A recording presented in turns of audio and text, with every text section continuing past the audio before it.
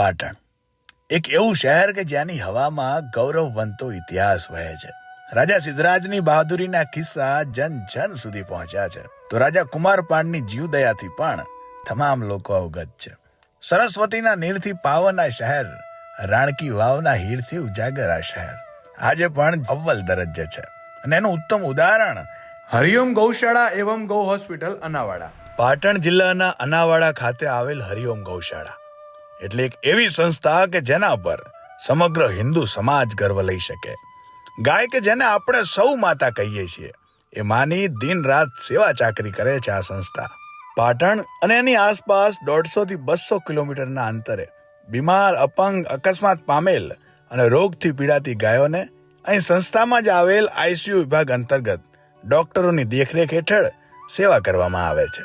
અને હા, માત્ર ગૌમાતા જ નહીં, સમગ્ર દેશી ગૌવંશ જેમ કે નંદી મહારાજ, બળદ અને મા વગરના અનાથ વાછરડાની પણ સેવા ચાકરી અહીંયા જ કરવામાં આવે છે.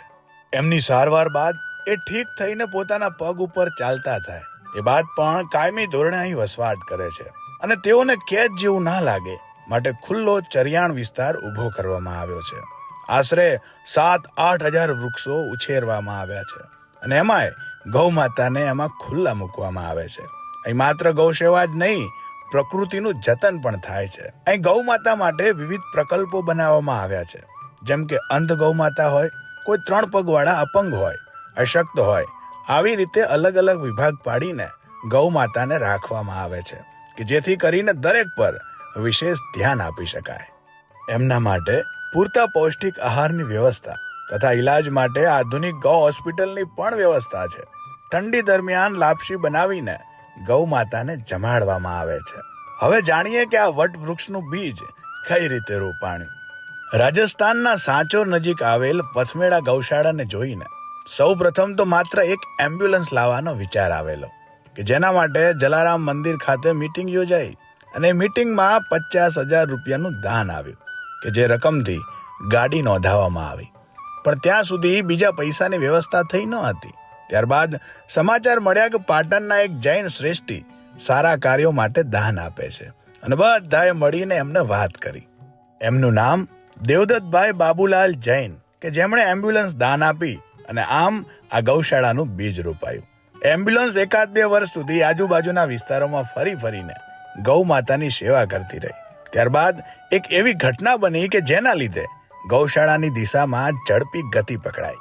બહુચરાજી મુકામેથી એક પીડિત ગૌ માતા કે જેમને પગમાં વાગવાથી ખૂબ જ લોહી નીકળતું હતું, એમને એમ્બ્યુલન્સમાં લાવ્યા. પણ હવે પ્રશ્ન એ હતો કે એમને મૂકવા ક્યાં?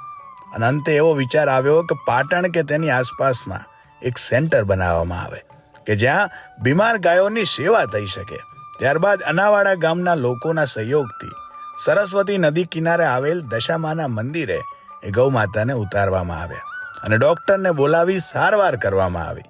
ત્યારબાદ એ ગૌ માતાનું નામ બહુચરાજીથી લાવેલ હોવાથી બહુચર પાડ્યું અને તારીખ 13/5/2013 રોજ માં બહુચરના આશીર્વાદથી આ સંસ્થાની સ્થાપના થઈ. અને જોગાનું જોગ બહુચરમાના આશીર્વાદ કહીએ કે પરમાત્માની કૃપા, તે સુવર્ણ વંશના કપિલા જન્મ્યા અને શાસ્ત્રોમાં દર્શાવેલ ગુણો પ્રમાણે એમનું નામ કપિલા મૈયા પાડવામાં આવ્યું. અને માં કપિલાને આ ગૌશાળાના મુખ્ય ગાદીપતિ બનાવવામાં આવ્યા.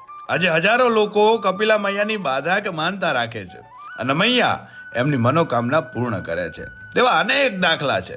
કદાચ આપને આ અતિશયોક્તિ લાગતી હોય તો આપ પણ હરિઓમ ગૌશાળાએ આવી માં ભગવતી કપિલા મૈયાને અરજ કરી શકો છો અને એમના આશીર્વાદ મેળવી શકો છો.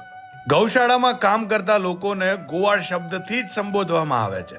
આ ગૌશાળામાં ગૌ માતાના જેટલું જ સન્માન અહીં કામ કરતા ગોવાળોને પણ આપવામાં આવે છે. અહીંયા રોજ કપિલા ગૌ માતાની આરતી ઉતારવામાં આવે છે તેમજ ગૌશાળાનો હિસાબ પણ ગાદીપતિ કપિલા મૈયાને સંભળાવવામાં આવે છે. ગોવાળ પરિવારોને રોજ પંડિતશ્રી દ્વારા યજ્ઞશાળામાં શુદ્ધિ મંત્રની આહુતિ ભાવવંદના પૂર્વક આપવામાં આવે છે. ગૌશાળામાં અનાથ વાછરડાઓ માટે પણ અલગથી વ્યવસ્થા કરવામાં આવી છે. મા વિનાના વાછરડાઓને દૂધની બોટલ દ્વારા દૂધ પાવામાં આવે છે અને એમને માતૃત્વના ભાવથી ઉછેરવામાં આવે છે. હાલ આ ગૌશાળામાં બીમારમાંથી સ્વસ્થ થયેલ 1500 થી પણ વધારે ગૌવંશ હયાત છે. અને ત્યારબાદ ધીમે ધીમે ગૌશાળાનો વિસ્તાર થયો. એક એમ્બ્યુલન્સમાંથી બીજી અને બીજીમાંથી 3 થઈ અત્યાર સુધી 50 કિલોમીટરના એરિયામાં જે સેવા રથ ચાલતો એ હવે 150-200 કિલોમીટરના ઘેરાવામાં ચાલવા લાગ્યો. મજાની વાત તો એ છે કે આ ગૌશાળામાં ટ્રસ્ટી ખરા, પણ પ્રમુખ કે મંત્રી આવી કોઈ પણ પોસ્ટ નથી. સમગ્ર હિન્દુ સમાજ ગૌશાળાનું સંચાલન કરે છે. રોજનો 3 લાખ રૂપિયા ખર્ચ થાય છે કે જે સમગ્ર હિન્દુ સમાજ દ્વારા દાન આપવામાં આવે છે. ગૌશાળાના કાર્યકર્તાઓ ઉત્તરાયણ સિવાય આજ દિન સુધી ક્યાંય સમાજમાં ફાળો ઉઘરાવવા કે દાન માંગવા નથી ગયા. અહીંયા બેઠા બેઠા જ દાન આવે છે અને દ્વારકાધીશની દયાથી આજ દિન સુધી અહીં કંઈ જ કામ અટક્યું નથી. જન જન સુધી ગાય અને એનું મહત્વ પહોંચે એ જ અમારું લક્ષ્ય છે. સામાજિક સમરસતા આવે અને રાષ્ટ્રવાદની ભાવના કેળવાય એવા પ્રયત્ન અને ઉદ્દેશ્ય સાથે હરિઓમ ગૌશાળા અનાવાડા હંમેશા ગૌ સેવાના કાર્યોમાં અગ્રેસર છે. જય ગૌ માતા, જય હિન્દ, જય જય શ્રી રામ.